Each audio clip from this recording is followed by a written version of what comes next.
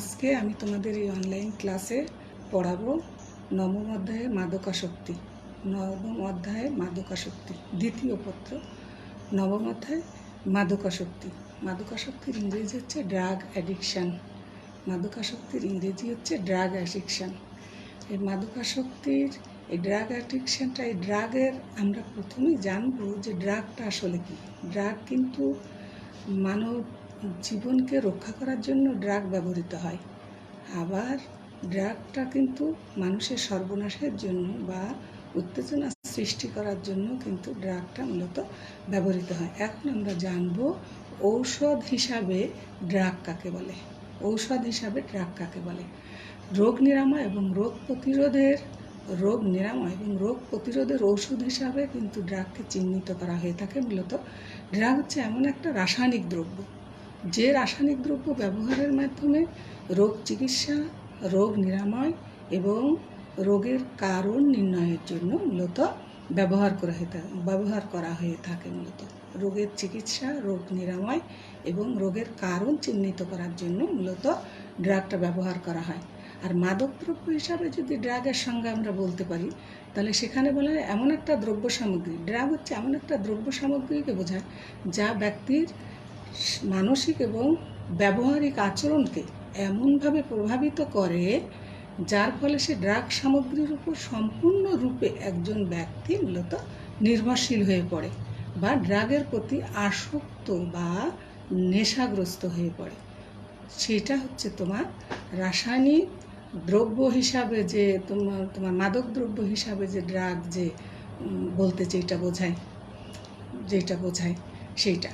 তাহলে ড্রাগ বলতে এমন এক উদ্দীপক বস্তু বা উদ্দীপনা সৃষ্টিকারী মাদকদ্রব্যকে বোঝায় যা ব্যক্তির চিকিৎসার জন্য বা ওষুধ হিসাবে ব্যবহৃত হয় না। যেটা মূলত ব্যবহৃত হয় যে মানুষ তার প্রতি আকৃষ্ট হয় বা আসক্ত হয়ে পড়ে এবং যার ব্যবহারটা আইনগতভাবে বা আইন দ্বারা সীমিত বা নিয়ন্ত্রণ করা হয়ে থাকে, তখন তাকে আমরা মূলত মাদকদ্রব্য হিসাবে ড্রাগ বলতে পারি। এটা এবার আমরা আসি যে মাদকদ্রব্য কী আসলে। মাদকদ্রব্য বলতে এমন কোনো রাসায়নিক পদার্থ যা ব্যক্তির আবেগ, চিন্তা, চেতনা, অনুভূতি উপর প্রভাব বিস্তার করে। আবেগ, চিন্তা, চেতনা এবং অনুভূতির উপর প্রভাব বিস্তার করে এবং যার মাধ্যমে ব্যক্তির মূলত যে ব্যবহার, সেই ব্যবহারে মূলত পরিবর্তন আনে বা ব্যবহারে পরিবর্তন আনতে মূলত সক্ষম। তার মানে মাদকদ্রব্য বলতে এমন এক বস্তুকে বোঝায় যা গ্রহণ করলে শরীর ও মনের উপর ক্ষতিকর প্রভাব রাখে, আচরণের পরিবর্তন আনে এবং মাদকের প্রতি আসক্তি বা আগ্রহ সৃষ্টি করে এবং ব্যক্তি ক্রমে মাদক দ্রব্যের উপর মূলত নির্ভরশীল হয়ে পড়ে। সেই অবস্থাকে আমরা সেইটাকেই আমরা মাদকদ্রব্য বলতে পারি। এবার আসি মাদকাসক্তি কী। মাদকাসক্তি বলতে একটা ড্রাগ বা মাদক দ্রব্যের প্রতি প্রবল আকর্ষণ বা আগ্রহকে বোঝায়, যা ক্রমশ ব্যক্তির শারীরিক এবং মানসিক বিপর্যয় মূলত ডেকে আনে। এবং এটা হচ্ছে মনোস্নায়ু দৈহিক একটা অবস্থাকে বোঝায়। সেক্ষেত্রে ব্যক্তি বারবার মাদকদ্রব্যের প্রতি আকৃষ্ট হয় বা বারবার মাদকদ্রব্য গ্রহণ করে থাকে এবং তার উপর সে আস্তে আস্তে পুরোটাই নির্ভরশীল হয়ে পড়ে। সেই পরিস্থিতিকে আমরা মূলত মাদকাসক্তি বলতে পারি। এইটা গেল মাদকদ্রব্যের বা মাদকাসক্তির যে সংজ্ঞা বা তোমার ওষুধ ব্যবহারকারী বা জীবন বাঁচানোর জন্য যে ড্রাগ ব্যবহৃত হয় তার সংজ্ঞা, এবং আমরা যে তোমার মাদক দ্রব্য হিসাবে যে ড্রাগের সংজ্ঞা সেইটা আমরা আলোচনা করলাম। এইবার আমরা আসি যে মাদক দ্রব্য বাংলাদেশের প্রেক্ষাপটে বা মাদক দ্রব্য যে মাদকাসক্তির যে প্রভাবটা বা মাদকাসক্তিটা সমাজে কী কী সমস্যা মূলত সৃষ্টি করে থাকে মূলত সেই গান। তাহলে আমরা প্রথমেই বলতে পারি যে মাদকাসক্তির যে প্রভাব, সেখানে আমরা বলতে পারি মাদকাসক্ত ব্যক্তির অস্তিত্ব বিপন্ন হয়ে যায়। যে মাদকাসক্ত ব্যক্তি যিনি মাদকদ্রব্য গ্রহণ করে, সে মাদকদ্রব্য যিনি গ্রহণ করেন তিনি কিন্তু মাদকদ্রব্যের উপর পুরোপুরি নির্ভরশীল হয়ে পড়ে এবং এই নির্ভরশীল হওয়ার ফলে সে মাদকদ্রব্যের আস্তে আস্তে সে মাদকদ্রব্যের ডোজটাও তার মূলত বেশি বৃদ্ধি পায়, একসময় বৃদ্ধি পায়, বৃদ্ধি করতে সে বাধ্য হয়। তার মানে মাদকদ্রব্যের যে ডোজ সেইটার স্বল্প মাত্রার যে ডোজটা আছে সেই ডোজে আর তার কাজ হয় না, সেই জন্য সে অতিরিক্ত মাত্রায় মাদকদ্রব্য সেবন করতে চায়, বাড়াতে থাকে এবং এই বাড়াতে বাড়াতে একসময় দেখা যাচ্ছে সে মাদকদ্রব্যের উপর পুরোটাই নির্ভরশীল হয়ে পড়ে। মূলত মাদকদ্রব্যের উপর পুরোটাই সে নির্ভরশীল হয়ে পড়ে। এই নির্ভরশীলতার ফলে দেখা যাচ্ছে যে যেহেতু সে ডোজ তার প্রতিনিয়তই তার বাড়াতে হচ্ছে, সেই জন্যে তার মাদকদ্রব্যের ব্যয়বহুল একটা পরিস্থিতি তৈরি হয়ে যায়। তার ব্যয়বহুল মাদকদ্রব্যের প্রতি সে আকৃষ্ট হয় এবং এর জন্য তার আর্থিক দুরবস্থা ডেকে আনতে পারে। এই যেহেতু মাদকদ্রব্য সেবন করতে গেলে অর্থের প্রয়োজন হয়, সেই অর্থ যেহেতু তার প্রতিনিয়তই তার ডোজ বৃদ্ধি করা লাগে, সেই জন্য তার অধিক অর্থ কিন্তু তার ব্যয় হয়। এই কারণে তার আর্থিক দুরবস্থা ডেকে আনতে পারে, কারণ মাদকদ্রব্য ছাড়া তার কোনোভাবেই চলবে না। সেই জন্য যেহেতু চলে না, সেই জন্যে তার অর্থটা সে বৈধ এবং অবৈধ সব উপায়েই কিন্তু সে সংগ্রহ করতে চায়। সে মূলত অ্যাগ্রেসিভ হয়ে যায় মূলত সংগ্রহ করতে। তার মানে এই যে বৈধ এবং অবৈধ উপায়ে যে সে অর্থ সংগ্রহ করছে, এর ফলে সে তার নৈতিক অধঃপতন দেখা যায়। এর অন্যতম কারণ হচ্ছে চুরি, ডাকাতি, ছিনতাই, রাহাজানি, বিভিন্নভাবে সে কিন্তু অর্থ উপার্জন করতে চাবে। তার মানে একজন মাদকাসক্ত ব্যক্তি আস্তে আস্তে অপরাধী প্রবণ হয়ে ওঠে মূলত, এবং অপরাধী প্রবণই শুধু না, এবং ডোজ যেহেতু তার প্রতিনিয়তই বাড়ছে, সেই কারণে সে দৈহিকভাবেও কিন্তু অসুস্থ হয়ে পড়ে। আর একটা সময় দেখা যাচ্ছে যে এই মাদকদ্রব্য গ্রহণ সে পরিবারের সন্তান পরিবারে করে, এইটা আর পরিবারের মধ্যে সীমাবদ্ধ থাকে না, বাহিরেও সেটা প্রকাশ পেতে থাকে। এবং বাহিরে যখন তার এই বদ অভ্যাসটি প্রকাশ পেতে থাকে, তাহলে সে পরিবারের মান মর্যাদাও ক্ষুণ্ণ হয়ে যাচ্ছে এবং কেউই কিন্তু তাকে আর ভালো চোখে আসলে দেখতে চায় না, ভালো চোখে দেখে না। এইসব কারণে তার পরিবার এবং সমাজে তার মান মর্যাদা ক্ষুণ্ণ হয়। এইভাবেই কিন্তু একজন মাদকাসক্ত ব্যক্তির অস্তিত্ব প্রতিনিয়ত বিপন্ন হতে থাকে মূলত। তারপর আরেকটা হতে পারে যে পারিবারিক সুখ শান্তি বিনষ্ট হয়। একটা পরিবারে যদি একজন মাদকাসক্ত ব্যক্তি থাকে, তাহলে সেই পরিবারের পুরো সুখ শান্তি কিন্তু নষ্ট হয়ে যায়। পরিবার পরিজনের সদস্যরা সর্বত বিভিন্ন রকম সমস্যায় কিন্তু মূলত সে প্রতিনিয়তই পতিত হচ্ছে।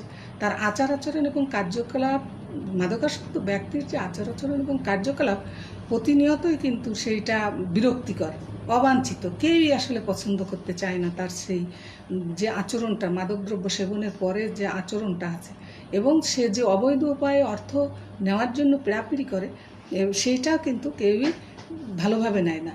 এইটা কিন্তু এই যে ব্যাপারগুলো আছে, সেটা জীবন এবং সম্পত্তির প্রতি হুমকি স্বরূপ বলা যায়। জীবন এবং তার জীবন যেমন নষ্ট হচ্ছে, অর্থ সেরকম বিনষ্ট হচ্ছে। এইসব কারণে জীবন এবং সম্পত্তির প্রতি তার একটা হুমকি দিচ্ছে। এই কোনো পরিবারের সন্তান সন্ততি যদি মাদক দ্রব্যের প্রতি আকৃষ্ট হয়ে পড়ে, তাহলে পারিবারিক যে সুখ শান্তি সেটা অবশ্যই বিনষ্ট হয়। আবার যদি সেই পরিবারের কোনো বয়স্ক ব্যক্তি বা বাবা মা যদি মাদকাসক্ত হয়ে থাকে, তাহলে সেই পরিবারের সন্তানরা কিন্তু মূলত হতাশাগ্রস্ত হয়ে পড়ে, এবং সেই সন্তান একসময় হতাশাগ্রস্ত হওয়ার ফলে বাবা বা মাকে অনুকরণ করে সেই দিকে বা মাদকাসক্তের দিকে কিন্তু আকৃষ্ট হতে পারে বা ধাপিত হতে পারে। তাহলে এই যে মাদকাসক্তির ফলে আমাদের যে সমাজ ব্যবস্থা, সেটা লক্ষ্য করা যায় পারিবারিক ভাঙনও কিন্তু দেখা দিতে পারে। এই মাদকাসক্তির ফলে সেপারেশন যাকে বলে, ভিন্নভাবে বসবাস বা মাদকাসক্ত ব্যক্তির গৃহত্যাগ অথবা স্বামী স্ত্রীর যে সম্পর্ক, সেটাও কিন্তু ভেঙে যাচ্ছে আমাদের সমাজ ব্যবস্থায়, প্রতিনিয়তই ভেঙে যাচ্ছে এই মাদকাসক্তির ফলে। তারপরে আছে যে মাদকাসক্তি কিন্তু বিভিন্ন রকম সমস্যা তৈরি করছে বা বিভিন্ন রকম অপরাধের জন্ম দিচ্ছে, নানা রকম অপরাধের জন্ম দিচ্ছে। যেমন একজন মাদকাসক্ত ব্যক্তি সবসময় কিন্তু উত্তেজিত থাকে, মাদকদ্রব্য সেবনের ফলে সবসময় সে মূলত উত্তেজিত থাকে এবং সবসময় তার আক্রমণাত্মক একটা মনোভাব আমরা লক্ষ্য করতে পারি। তার মানে যে অ্যালকোহল সেবন করে সে কিন্তু স্বাভাবিকভাবেই অস্বাভাবিক থাকে, সবসময় একটা অস্বাভাবিক থাকে এবং বেপরোয়া হয়ে ওঠে। এই বেপরোয়া বা অস্বাভাবিকতার ফলে সে উত্তেজিত থাকার ফলে বিভিন্ন রকম অপরাধমূলক কর্মকাণ্ড কিন্তু সে সংগঠিত করে থাকে। এইটা তারপরে আছে যে যিনি মাদকাসক্ত ব্যক্তি তিনি কিন্তু ক্রমান্বয়ে মাদক দ্রব্যের প্রতি অতিশয় বা অতিমাত্রায় আসক্ত হয়ে পড়ে এবং আসক্ত হওয়ার ফলে তার ডোজ প্রতিনিয়তই কিন্তু বাড়াতে থাকে। এই বাড়ানোর ফলে ডোজ বাড়ানোর ফলে তার শারীরিকভাবে যেমন বিপর্যয় ডেকে আনে, মানসিকভাবে সে বিকারগ্রস্ত হয়ে পড়ে এবং অর্থনৈতিক দিক থেকেও কিন্তু সে আর অর্থনৈতিক দিক থেকেও সে আর পঙ্গু হয়ে যায়। কারণ সে এই অর্থ জোগাড় করতে যে সে বৈধ এবং অবৈধ পন্থায়, সাধারণত বৈধ পন্থায় কেউই এই মাদকদ্রব্যের জন্য অর্থ কেউ তাকে দেয় না, সুতরাং অবৈধভাবেই সে মাদকদ্রব্য সেবনের জন্য অবৈধ উপায়ে অর্থ উপার্জন করতে চায়। যেমন মোবাইল ছিনতাই হতে পারে, ছোটোখাটো চুরি। প্রাথমিকভাবে পরিবারের যে সন্তান মাদকাসক্ত হয় সে কিন্তু প্রাথমিকভাবে পরিবারের মধ্যেই যে অনৈতিক বা অপরাধমূলক কর্মকাণ্ড সংগঠিত করে থাকে সেইটা করে থাকে। যেমন পরিবারের কোনো ব্যক্তির টাকা পয়সা চুরি, বাড়ির মূল্যবান দ্রব্য সামগ্রী বিক্রি, এইসব করে করেই মায়ের যে গয়নাগাটি সেগুলো বিক্রি করে সে কিন্তু তার যে নেশা মেটাতে চেষ্টা করে। পরবর্তীতে যখন সেইটা আর থাকে না তখন সে বাহিরের যে অপরাধমূলক কর্মকাণ্ড, চুরি, ছিনতাই, রাহাজানি, পাড়া প্রতিবেশী বা বন্ধুবান্ধব এইসব জায়গায় কিন্তু সে হানা দিয়ে থাকে সেই মাদকদ্রব্য তার যে চাহিদা সেইটা মেটানোর জন্য।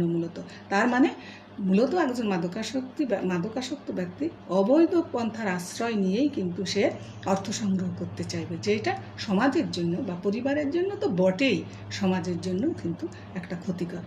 তারপরে আছে যে মাদকদ্রব্যের অবাধ যে চোরাচালান যাকে বলে, পাচার, চোরাচালান বা মাদকদ্রব্য যে উৎপাদন, সেই মাদকদ্রব্য চোরাচালান, অবাধে উৎপাদন, এইসবের কারণেও কিন্তু বিভিন্ন রকম অপরাধ সংগঠিত হয়ে থাকে এবং এর সাথে মাদকাসক্তির সাথে একটা অপরাধের একটা সংগঠন মানে যুক্ত। অপরাধ এবং মাদকাসক্তি পরস্পর সম্পর্কযুক্ত, একটার সাথে আর একটা নিবিড়ভাবে সম্পর্কযুক্ত। যিনি মাদকাসক্ত তিনি বিভিন্ন রকম অপরাধমূলক কর্মকাণ্ড সংগঠিত হয়ে যাচ্ছে এবং বাংলাদেশের যে অপরাধমূলক কর্মকাণ্ডগুলো সংগঠিত হচ্ছে তার অন্যতম কারণ কিন্তু মাদকাসক্তি। সেই জন্যে এই মাদকাসক্তিটা অপরাধ বৃদ্ধির অন্যতম একটা কারণ হিসাবে আমরা দেখতে পারি। তারপরে বিভিন্ন রকম অসামাজিক কার্যকলাপের সাথে কিন্তু যুক্ত হয়ে পড়ছে একজন মাদকাসক্ত ব্যক্তি। সেইটা হতে পারে জুয়া খেলা, পতিতালয়ে যাওয়া ইত্যাদি ইত্যাদি অনেক রকম সমস্যা আছে। সেই সমস্যাগুলো তারা প্রতিনিয়তই মূলত করছে তারা এগুলো। তারপরে আছে অর্থনীতির উপর একটা প্রতিকূল প্রভাব কিন্তু বিস্তার করে। এই মাদকাসক্তি অর্থনীতির উপর প্রতিকূল প্রভাব বিস্তার করে। একজন কর্মক্ষম ব্যক্তি যিনি তরুণ তিনি কিন্তু কর্মক্ষম ব্যক্তি, তিনি জাতীয় উৎপাদনে, অর্থনৈতিক উৎপাদনে গুরুত্বপূর্ণ ভূমিকা পালন করে থাকে। কিন্তু একজন সেই তরুণ ব্যক্তি বা তরুণ সমাজ যদি উল্লেখযোগ্য সংখ্যক হারে মাদকাসক্তির দিকে আকৃষ্ট হয়ে পড়ে, তার কিন্তু সে আস্তে আস্তে সে কর্মক্ষমতা হারায় ফেলবে। সেই কর্মক্ষমতা হারানোর ফলে কিন্তু সে আর সমাজের, পরিবারের তো কোনো অবদান রাখতে পারবেই না, সমাজ অথবা জাতীয় অর্থনীতিতে, রাষ্ট্রীয় অর্থনীতিতে গুরুত্বপূর্ণ ভূমিকা সে আর রাখতে পারে না। সে কর্মক্ষমতা হারায় একসময় পঙ্গুত্ব বরণ করবে। সুতরাং দেখা যাচ্ছে মাদকাসক্তি মূলত অর্থনীতির উপর একটা প্রতিকূল একটা প্রভাব সৃষ্টি করছে। তারপরে আমাদের সমাজ ব্যবস্থায় যে দুর্ঘটনাগুলো ঘটছে, যানবাহন দুর্ঘটনাগুলো ঘটছে প্রতিনিয়তই, এর অন্যতম কারণ কিন্তু মাদকাসক্তি। এই যানবাহনের সাথে জড়িত যিনি চালক, মোটর গাড়ির অথবা প্লেন যেইটাই বলো অথবা লঞ্চ যেইটাই বলো না কেন, সেইটা যারা চালক তারা যদি এই মাদকদ্রব্য সেবন করে সেই কাজ পরিচালনা করে তাহলে দেখা যাচ্ছে তারা বিভিন্ন রকম দুর্ঘটনায় পতিত হচ্ছে এবং অনেক জানমালের ক্ষতি হচ্ছে। মূলত আমাদের দেশে প্রায়ই এই যে যানবাহন দুর্ঘটনা একটা অনিবার্য হয়ে দাঁড়িয়ে গেছে। এই মাদকদ্রব্য গ্রহণের ফলে এই ব্যাপারগুলো কিন্তু, এই দুর্ঘটনাটা প্রতিনিয়তই আমাদের সমাজ ব্যবস্থায় মূলত বৃদ্ধি পাচ্ছে। তারপরে আছে যে জনস্বাস্থ্য খাতেও কিন্তু একটা বিপুল চাপ তৈরি হচ্ছে। জনস্বাস্থ্য খাতেও কিন্তু মাদকাসক্তি একটা বিপুল চাপ তৈরি করছে। এখানে আমরা বলতে পারি মাদকাসক্ত ব্যক্তির চিকিৎসা এবং পুনর্বাসনের জন্য অনেক অর্থ খরচ হচ্ছে, অনেক লোকবল সেখানে লাগছে। সেই কারণে জনস্বাস্থ্য খাতেও কিন্তু এই ব্যয় বৃদ্ধি পাচ্ছে মূলত আমাদের সমাজ ব্যবস্থায় আমরা যেটা লক্ষ্য করি। তারপরে আরেকটা আছে যে আইন প্রয়োগকারী যে সংস্থা, সে আইন প্রয়োগকারী সংস্থার কিন্তু চাপ বৃদ্ধি করছে মাদকাসক্ত।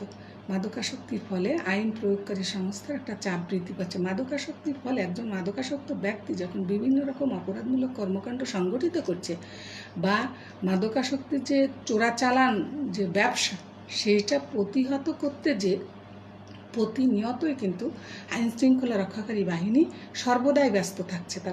সর্বদাই ব্যস্ত থাকছে, তাদের সমাজে তাদের বিভিন্ন রকম কর্মকাণ্ড তাদের পরিচালনা করতে হয়।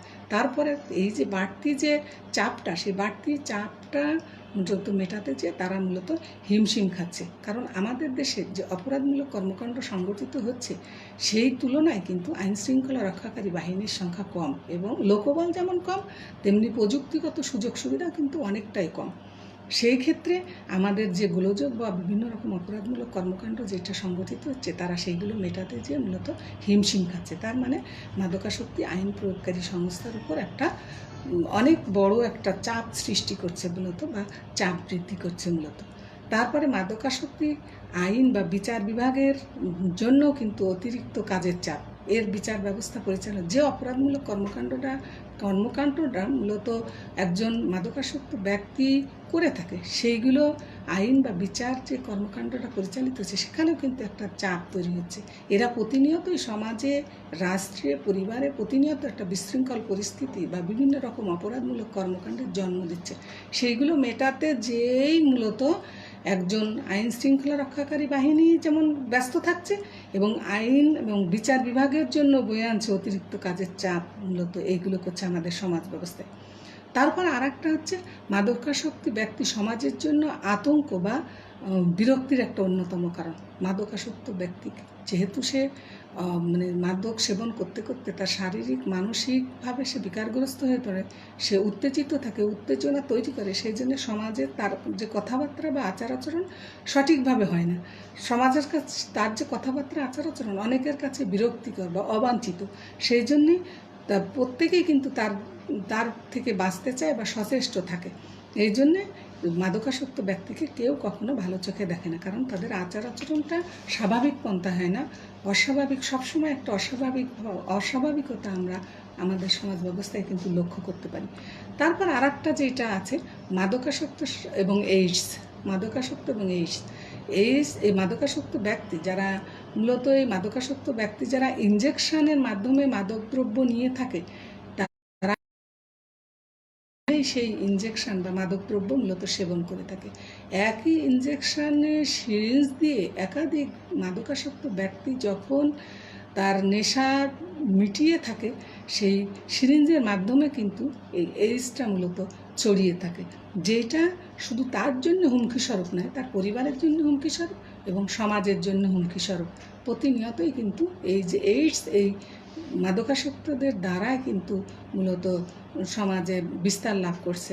মূলত এইগুলো গেল হচ্ছে তোমার মাদক দ্রব্য বা মাদকাসক্তির যে প্রভাবটা বা আমাদের সমাজ ব্যবস্থায় যে ক্ষতিকর প্রভাব রাখছে, প্রতিনিয়তই আমাদের সমাজ ব্যবস্থায় যে ক্ষতিকর প্রভাবগুলো লাগছে সেইগুলো মূলত আমরা পড়লাম।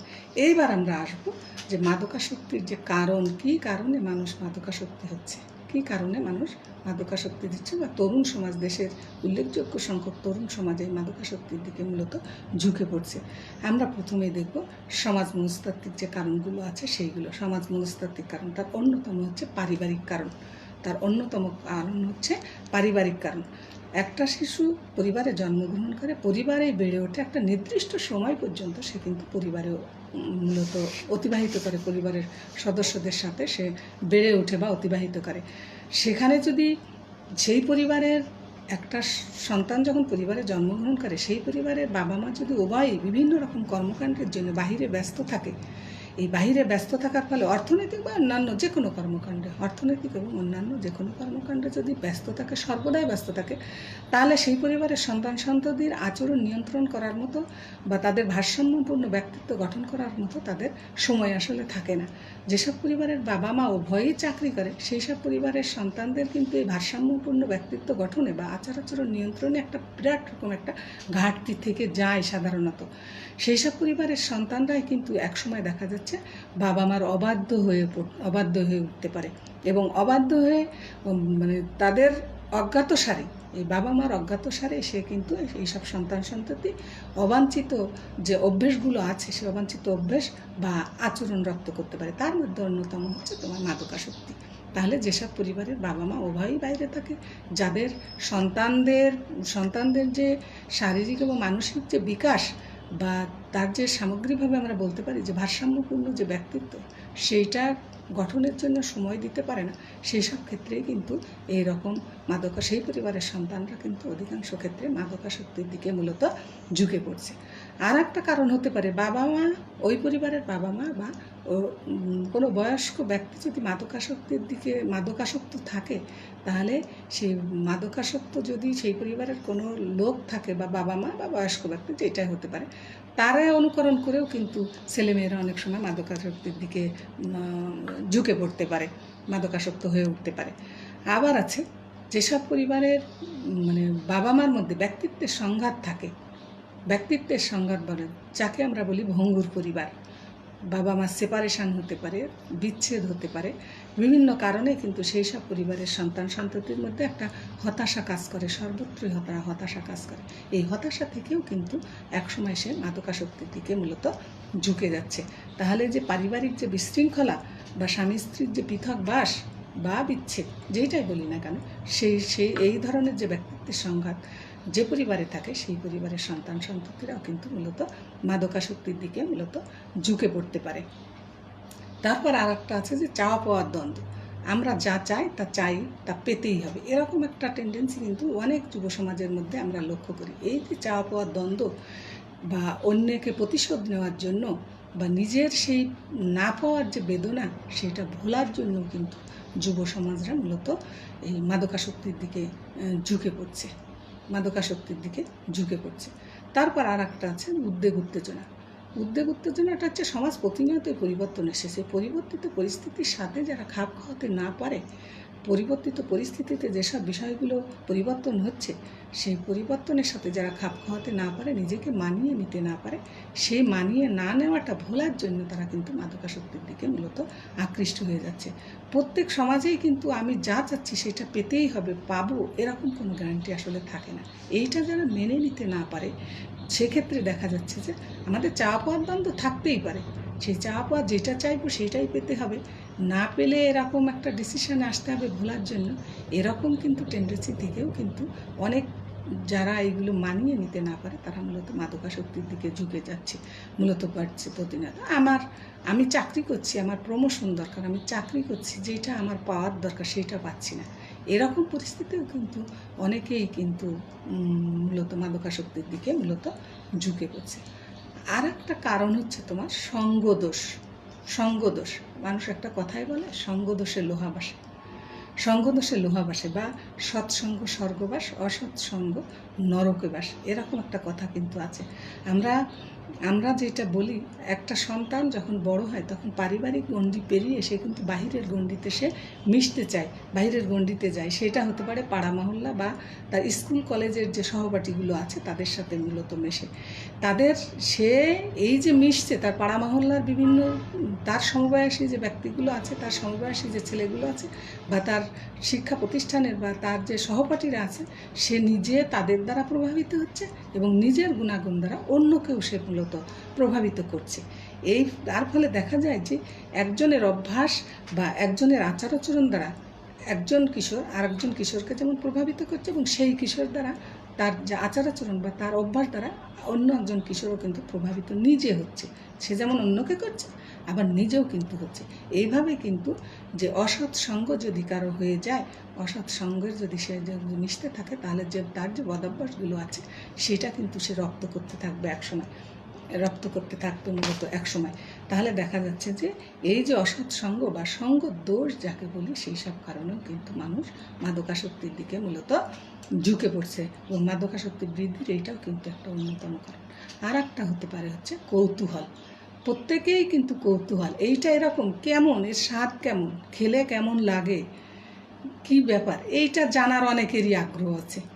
এই যে আগ্রহ, এই আগ্রহটা যারা নিবারণ করতে না পারে, তারা মূলত সেইটা একবার দেখি না একবার খেয়ে কেমন এর স্বাদ, দেখি না একবার খেয়ে খাওয়ার পরে কেমন লাগে, এই যে চিন্তা, এই যে ভাবনাটা, এই চিন্তা ভাবনাটা দমন করতে যে, নিবারণ করতে যে, আগ্রহটা বা কৌতূহল নিবারণ করতে যে অনেকেই কিন্তু এর প্রতি আসক্ত হয়ে যাচ্ছে। একবার যে খেয়ে ফেলছে, সে পরবর্তীতে দেখা যাচ্ছে আবারও সেটা খেতে চাচ্ছে, এবং খেতে খেতে বারবার খেতে খেতে সে একসময় তাতেই কিন্তু মানে তোমার বলা যায় যে জ্ঞাত বা অজ্ঞাত সারে তার উপর সে নির্ভরশীল হয়ে পড়ছে, মূলত মাদকদ্রব্যের প্রতি আকৃষ্ট হয়ে পড়ছে, এবং একটা সময় সে আর কৌতূহল নিবারণ করতে যেয়েই মূলত সে আর একসময় আর ফিরতে পারে না।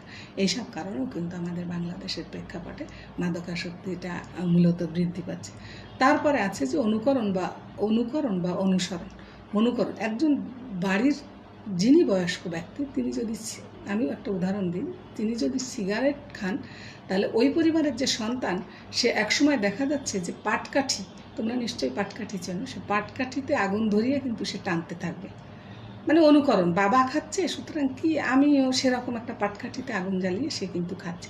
এই যে অনুকরণ, শিশুরা সাধারণত অনুকরণ প্রিয় হয়, এটাই স্বাভাবিক। বড়রা যা করবে সেইটা দেখে সেইটাই রপ্ত করার বা সেইটা করার সাধারণত চেষ্টা করে থাকে।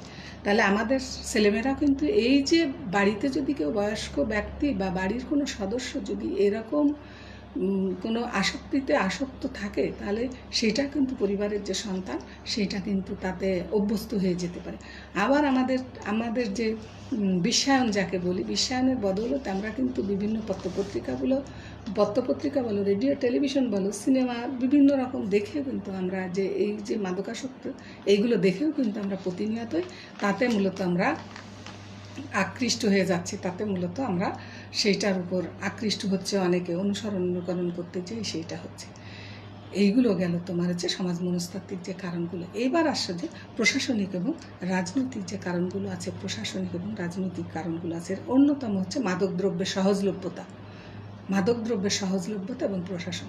মাদকদ্রব্যের সহজলভ্যতা মানে আমাদের দেশে মাদকদ্রব্যটা এমনই একটা পর্যায়ে পৌঁছে গেছে, বর্তমান প্রেক্ষাপটে এমন একটা পর্যায়ে পৌঁছে গেছে যে বাড়ির আশেপাশে যে ছোট ছোট টংঘর বা দোকানগুলো আছে, সেখানে কিন্তু মাদকদ্রব্যের অহরহ বিক্রি আমরা মূলত লক্ষ্য করতে পারি।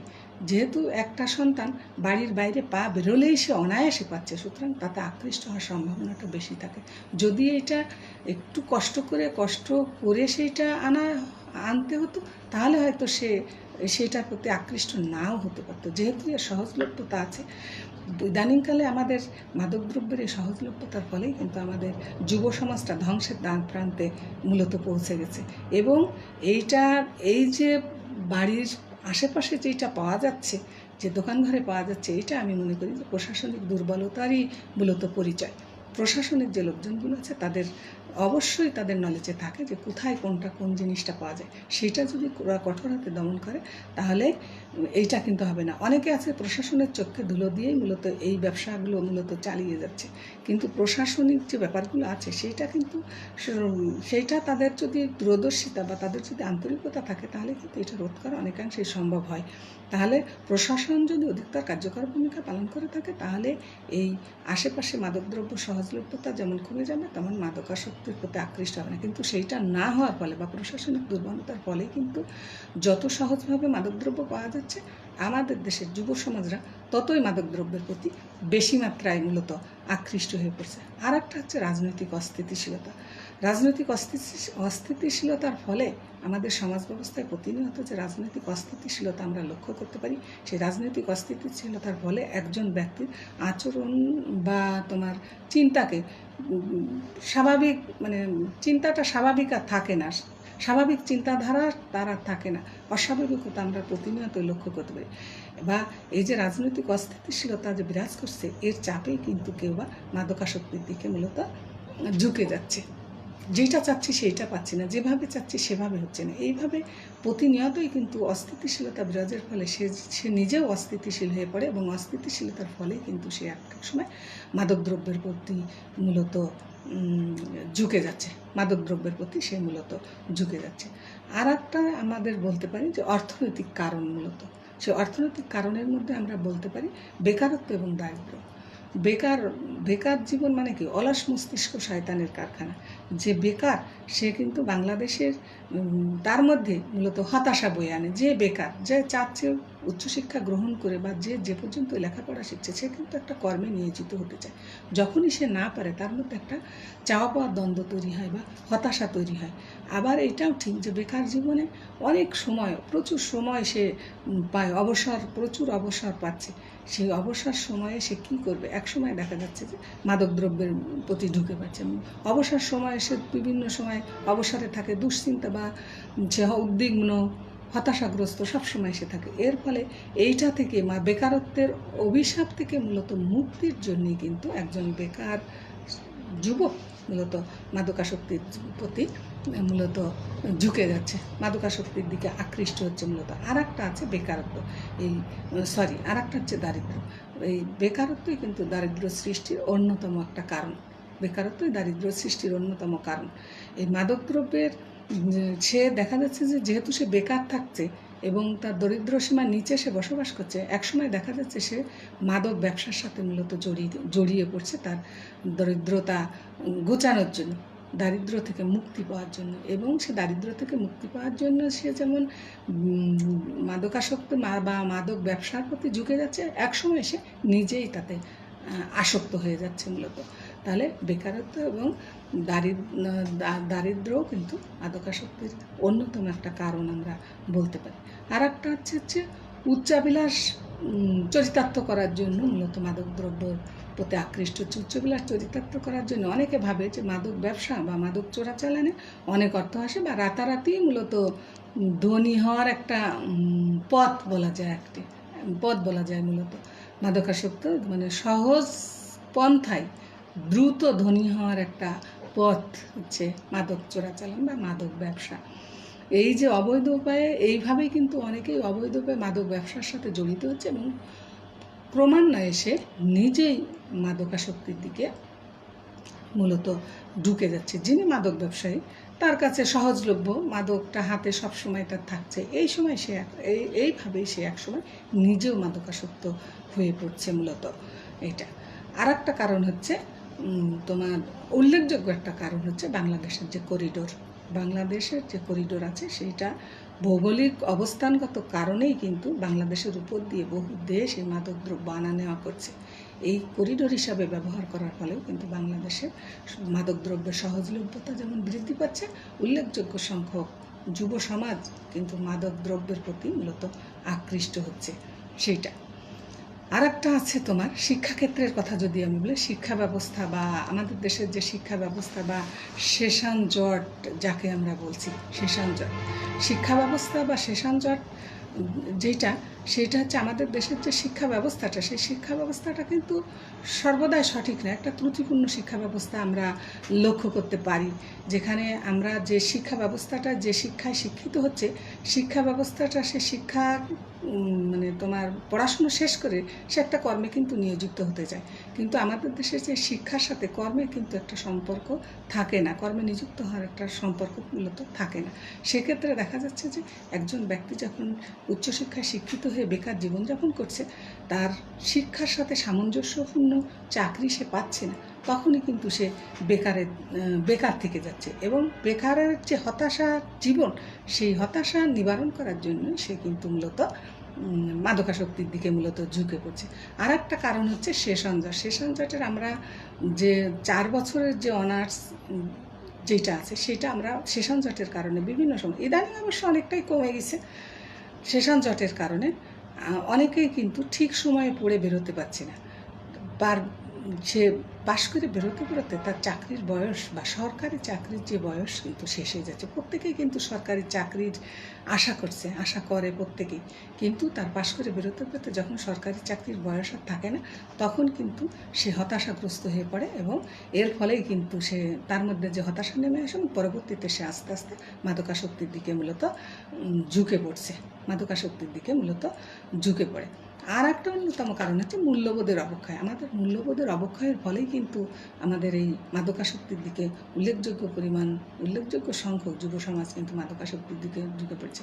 আমাদের যে ভালো মন্দ, ন্যায় অন্যায়, কাঙ্ক্ষিত অনাকাঙ্ক্ষিত, ঠিক বেঠিক, এই সম্পর্কে মানুষের যে ধারণা সেটা আসলে ঠিক চাচ্ছে না। মূল্যবোধের অবক্ষয়ের ফলে কিন্তু মূল্যবোধহীন যে জীবনযাপন, যে প্রণালী বা বিশৃঙ্খল যে জীবন, সেইটার প্রতি মানুষ আকৃষ্ট হচ্ছে। এইসব কারণেই কিন্তু আমাদের সমাজ ব্যবস্থায় বিভিন্ন রকম অপরাধমূলক কাজকর্মের সাথে মানুষ যুক্ত হয়ে যাচ্ছে। তাহলে অন্যতম একটা কারণ হচ্ছে মূলত যুব সমাজের যে মূল্যবোধের যে অবক্ষয়, সেই মূল্যবোধের অবক্ষয়ের ফলেই আমাদের যুব সমাজ মূলত মাদকাসক্তির দিকে ঝুঁকে পড়ছে। মূলত এইগুলো গেল হচ্ছে আমাদের মাদকাসক্তির যে কারণগুলো। আমাদের যুব সমাজ, আমাদের যে সমাজ ব্যবস্থা উল্লেখযোগ্য সংখ্যক মানুষ যে মাদকাসক্তির দিকে ঝুঁকে পড়ছে, মূলত এই কারণগুলোকেই আমরা দায়ী করতে পারি সাধারণত।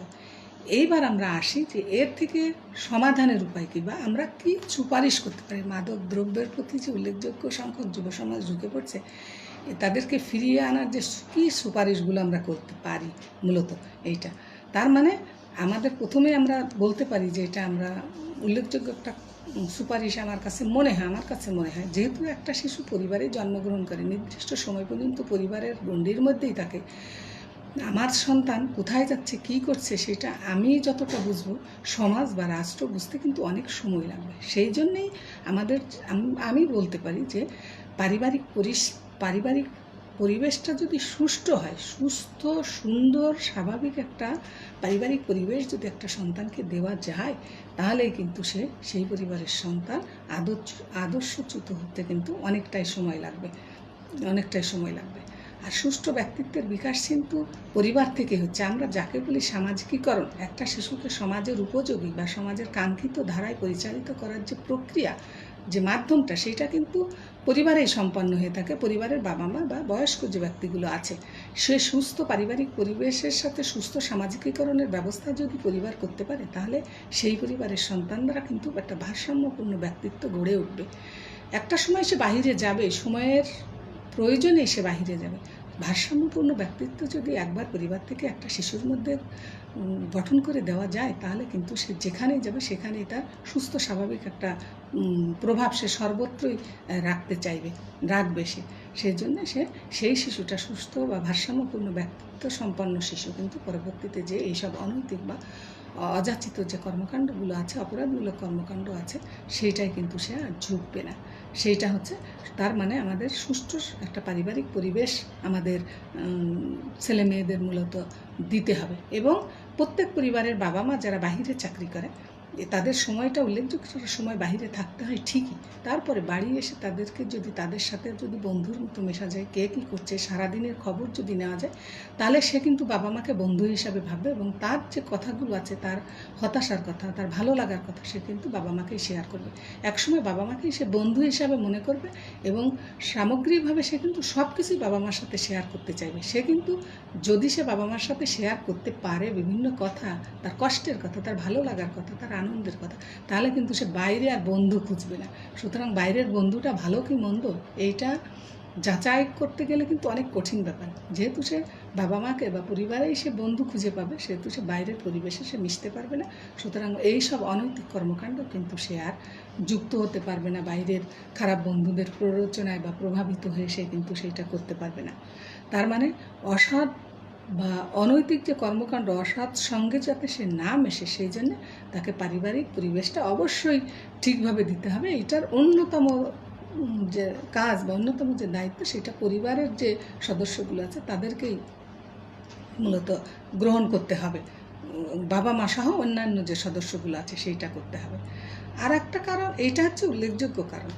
আর একটা যে কারণ আছে, আমি যে সুপারিশগুলো করতে পারি, তার মধ্যে দারিদ্র্য এবং বেকারত্বটা হারটা যদি কমানো যায়।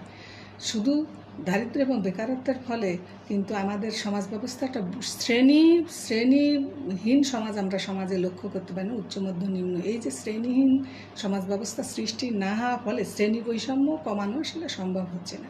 শ্রেণী বৈষম্য যত কমানো না যাবে, তত আমাদের দারিদ্র্য ধনী গরিবের বৈষম্যটা বেশি থাকবে। এই ধনী গরিবের যে বৈষম্য, এর ফলে কিন্তু হতাশাগ্রস্ত, দ্বিধাগ্রস্ত বিভিন্নভাবে হচ্ছে। সে আবার সে পড়াশুনো শিখে উচ্চশিক্ষা গ্রহণ করে এসে সে চাকরি পাচ্ছে না, বেকার ঘুরে বেড়াচ্ছে। এর ফলেও যাতে সেই একটা ছাত্র যে উচ্চশিক্ষা গ্রহণ করে আসছে সে যেন তার যোগ্য চাকরিটা পায়, সেই ব্যবস্থা বা খাত তৈরি করতে হবে। তারা যেন অলসভাবে বসে থেকে এইসব অনৈতিক কর্মকাণ্ডের সাথে যুক্ত হতে না পারে।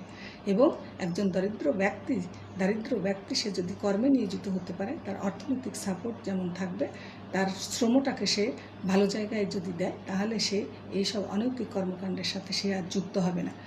আর একটা হচ্ছে সহজলভ্যতা, মাদকদ্রব্যের যে সহজলভ্যতা, এই সহজলভ্যতা, মাদকদ্রব্যের যে সহজলভ্যতা, এইটা দূর করতে গেলে সমাজের উদ্যোগ নিতে হবে। সমাজের যে গণ্যমান্য ব্যক্তিগুলো আছে, স্থানীয় পাড়া মহল্লায় যে গণ্যমান্য যে ব্যক্তিগুলো আছে, তারা কোথায় কি হচ্ছে এইগুলো কিন্তু অনেকেরই জানা।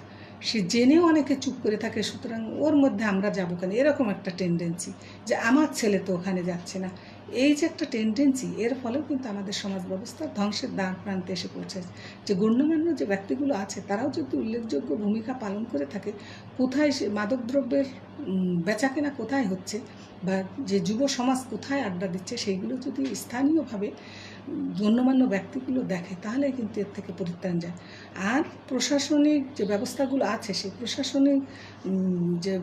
প্রশাসনের সাথে জড়িত যে ব্যক্তিগুলো আছে, তাদেরকে অলওয়েজ বা সর্বদাই সতর্ক থাকতে হবে কোথায় এই মাদকদ্রব্য কেনা বেচা হচ্ছে এবং কারা এর সাথে জড়িত। তাদেরকে যদি শাস্তির আওতায় আনা যায়, তাহলে সেটা নিরাময় বা নির্মূল করা কিন্তু সম্ভব। এই শাস্তির ভয়ে অনেকেই কিন্তু সেই পথ থেকে ফিরিয়ে এনে অন্য ব্যবসার সাথে মূলত যুক্ত হতে পারবে।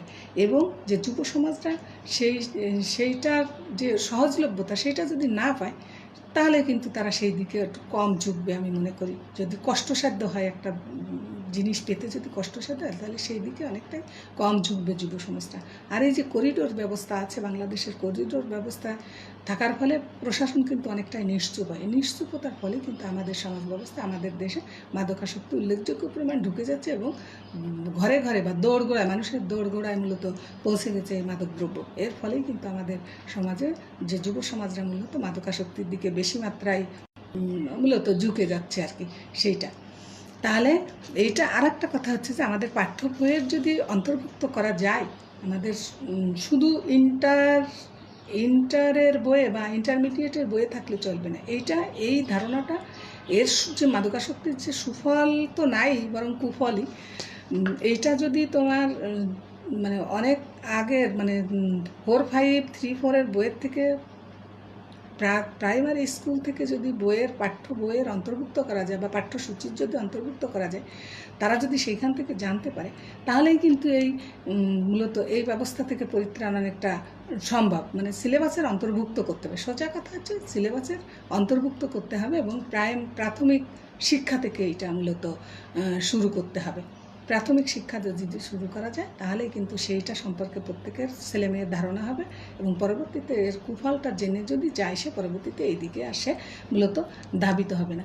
আর একটা কারণ হচ্ছে এর যে ক্ষতিকর দিক, এই ক্ষতিকর দিকটা মূলত বিভিন্ন গণমাধ্যমের মাধ্যমে প্রচারণা মূলত চালাতে হবে এবং যে মাদকদ্রব্যের যে ব্যবসা, এর কি শাস্তি এবং মাদকদ্রব্যের যে ক্ষতিকর যে প্রভাবটা বা এর যে কুফলটা আছে, সেটা যদি গণমাধ্যমের মাধ্যমে, সেটা হতে পারে পত্রপত্রিকা, রেডিও, টেলিভিশন, ইন্টারনেট যেসব আছে, সেইগুলো যদি প্রচারণা ব্যাপকভাবে প্রচারণা চালায়, তাহলে কিন্তু এর থেকে পরিত্রাণ পাওয়া যায় আর কি এইটা থেকে। আর একটা কারণ হচ্ছে আমাদের সমাজ ব্যবস্থায় যে রাজনৈতিক অস্থিতিশীলতা বা সমাজ পরিবর্তনের সাথে সাথে যে চাওয়া পাওয়ার দ্বন্দ্বটা, এই চাওয়া পাওয়ার দ্বন্দ্বটা যদি মেটানো যায় বা রাজনৈতিক অস্থিতিশীলতা যদি দূর করা যায়, তাহলেও কিন্তু এটা সম্ভব। আমরা অনেক সময় দেখি যে রাজনৈতিক এই যুব সমাজকে মূলত রাজনৈতিক হাতিয়ার হিসাবে দেখা হচ্ছে। তারা বিভিন্নভাবে যুব সমাজকে অনৈতিক বিভিন্ন রকম কর্মকাণ্ডের সাথে, অনেক ক্ষেত্রেই আর কি, অনৈতিক কর্মকাণ্ডের সাথে এদেরকে যুক্ত করতে চাচ্ছে। এর ফলেই কিন্তু আমাদের যে যুব সমাজ প্রত্যক্ষ বা পরোক্ষভাবে মূলত এই ক্ষতিকর বা জীবন ধ্বংসকারী একটা যে ব্যাপারগুলো আছে, মাদকাসক্তির যে ভবিষ্যৎ অন্ধকার হয়ে যাচ্ছে, সেই দিকে মূলত ধাবিত হচ্ছে। তাহলে এই সুপারিশগুলো যদি বাস্তবায়ন করা যায় তাহলে আমাদের যুব সমাজকে এই মাদকাসক্তি থেকে মূলত দূরে রাখা সম্ভব এবং সুষ্ঠু সুন্দর বা স্বাভাবিক যে জীবন সেই স্বাভাবিক জীবনটা মূলত তাদেরকে দেওয়া সম্ভব, এইটা করা যায়। তাহলে প্রিয় ছাত্রছাত্রী, আমরা আজকে মূলত মাদকাসক্তির যে কারণ এবং এই মাদকাসক্তি অন্যান্য কী সমস্যা তৈরি করছে, যাকে আমরা বলি মাদকাসক্তির প্রভাব বা মাদকাসক্তির ফলে সমাজে যে অন্যান্য সমস্যা তৈরি করছে সেইটা আমরা পড়ালাম এবং এর থেকে পরিত্রাণের যে উপায় কী, মানে এর থেকে বেরিয়ে আসার উপায় কী সেই সুপারিশ সমূহ আমরা পড়ালাম।